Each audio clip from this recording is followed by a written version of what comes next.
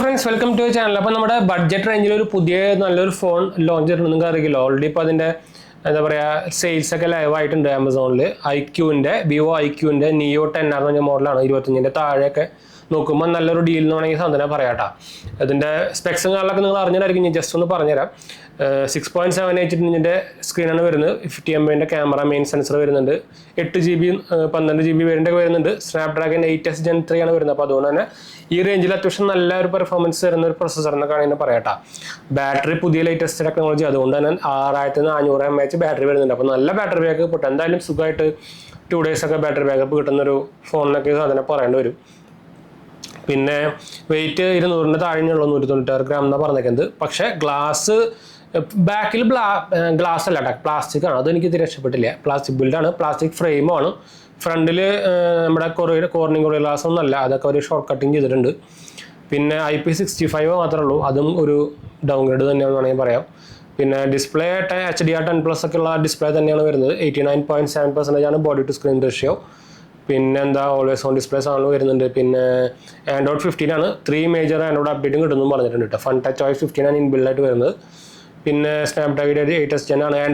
Adreno 735 ആണ് GPU വരുന്നുണ്ട്. പിന്നെ ബാക്കിയുള്ള ഡീറ്റെയിൽസ് 50 MB ക്യാമറ വരുന്നുണ്ട്, മെയിൻ സെൻസർ 8 MB ഒരു അൾട്രാ വൈഡും വരുന്നുണ്ട് കേട്ടോ. പിന്നെ സെൽഫി 32 MP ക്യാമറയാണ്. അപ്പോൾ മെയിനായിട്ടുള്ള സംഭവങ്ങളൊക്കെ ഇതിൽ നമ്മൾ പറഞ്ഞപ്പോൾ, പക്ഷേ സ്പെക്സ് വൈസും കാരണം നമ്മുടെ പ്രൈസ് വൈസ് വാല്യൂ ഫോർ മണിയൊക്കെ നോക്കിക്കഴിഞ്ഞാൽ നമുക്ക് എന്തായാലും നല്ലൊരു ഡീലിനായ സാധനം പറയേണ്ടി വരും. ഇപ്പം എൻട്രി ലെവലായിട്ട് ഞാൻ പ്രൈസ് നമുക്ക് ആമസോണിൽ കാണിച്ചിട്ട് ഇന്നലെയാണ് സെയിൽ ഇപ്പോൾ ലൈവ് അയക്കുന്നത് കേട്ടോ. അപ്പോൾ സെയിൽ ലൈവ് അയക്കുന്നത് ഇപ്പോൾ പ്രൈസ് വന്നേക്കുന്നത് IQ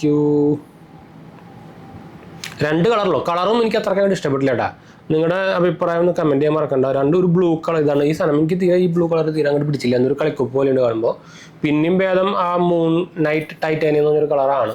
പക്ഷേ രണ്ടായാലും പ്ലാസ്റ്റിക് ബിൽഡ് തന്നെ വരുന്നത്. പിന്നെ നല്ല ഗെയിമിംഗ് പെർഫോമൻസ് തരുന്നൊരു ഫോണാണ്. പിന്നെ IQ എന്ന് പറഞ്ഞ ബ്രാൻഡ് നിങ്ങൾക്ക് അറിയായിരിക്കും. അത് ഗെയിമിങ്ങിനായിട്ട് ഇറക്കിയ ഒരു സെപ്പറേറ്റ് വിവോ സെപ്പറേറ്റ് ഇറക്കിയ ഒരു ബ്രാൻഡ് നെയിമാണ് IQ എന്ന് പറയുന്നത്. അപ്പോൾ ഗെയിമിംഗ് സ്പെസിഫിക് ആണ്, ഉറപ്പാണല്ലോ.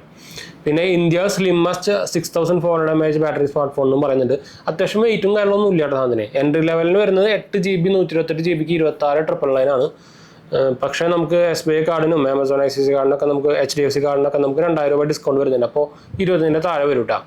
പിന്നെ 8GB 256GB വേരിയൻ്റ് ആകുമ്പോൾ 28,999 വരുന്നുണ്ട്. 12GB 256GB ആകുമ്പോൾ 30,999 പ്രൈസ് വേരിയൻ്റ് വരുന്നുണ്ട്. അപ്പോൾ ആമസോണിൽ ഇപ്പോൾ ലൈവാണ്. 1 day ഡെലിവറി കാര്യങ്ങളൊക്കെ കാണിക്കുന്നുണ്ട്.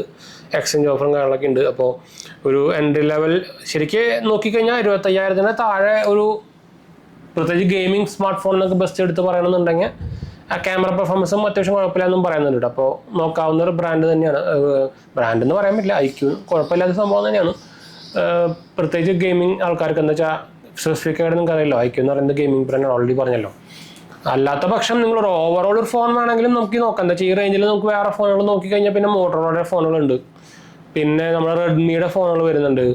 അപ്പോൾ അതിനെ വെച്ച് കമ്പയർ ചെയ്യുമ്പോൾ ഇതിൻ്റെ എന്താ പറയുക പെർഫോമൻസ് ടു പ്രൈസ് റേഷ്യോ കൂടുതലാണ്. അപ്പോൾ അതുകൊണ്ടാണ് നമുക്ക് ഈ ആകെ ഇതിൻ്റെ കുറച്ച് ഡൗൺഗ്രേഡ് എന്ന് പറയുന്നത് നമ്മൾ മെയിനായിട്ട് പ്ലാസ്റ്റിക് ബിൽഡും അതുപോലെ തന്നെ അങ്ങനത്തെ സംഭവങ്ങളൊക്കെയാണ്. IP റേറ്റിംഗ് ഒന്നും ഇല്ല. അപ്പോൾ ഈ റേഞ്ചിലൊക്കെ നമുക്ക് മോട്ടോറോള IP68 ഒക്കെ തരുന്നുണ്ട്. അപ്പോൾ അവിടെ അതാണ് ഡിഫറൻസ്. പക്ഷേ അവിടെ ബാറ്ററിനൊക്കെ കുറയും, ഇവിടെ നമുക്ക് ബാറ്ററി ബാക്കപ്പ് നല്ല സമയം കിട്ടും. അപ്പോൾ ഓവറോൾ നോക്കി കഴിയുമ്പോൾ അത്യാവശ്യം നല്ല ഡീൽ എന്ന് പറയാം കേട്ടോ. അപ്പോൾ എന്തായാലും താല്പര്യമുള്ളവർക്ക് എന്തായാലും 25,000ൻ്റെ താഴെയൊക്കെ നിങ്ങൾ ഫോൺ നോക്കുന്നുണ്ടെങ്കിൽ വാങ്ങിക്കാവുന്ന ഒരു ഫോൺ തന്നെയാണെന്ന് പറയേണ്ടി വരും. അപ്പോൾ എന്തായാലും നമുക്ക് ബെസ്റ്റ് ബൈ ലിങ്ക് ഞാൻ താഴെ കൊടുത്തിട്ടുണ്ട്. ആരെങ്കിലും ഇൻട്രസ്റ്റ് ഉണ്ടെങ്കിൽ വാങ്ങിക്കാൻ മറക്കണം കേട്ടോ. അപ്പോൾ എന്തായാലും നമുക്ക് വൈൻഡപ്പ് ചെയ്യാം.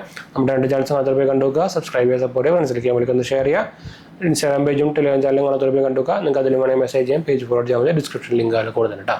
അപ്പോൾ അടുത്ത കാണാം. ബൈ.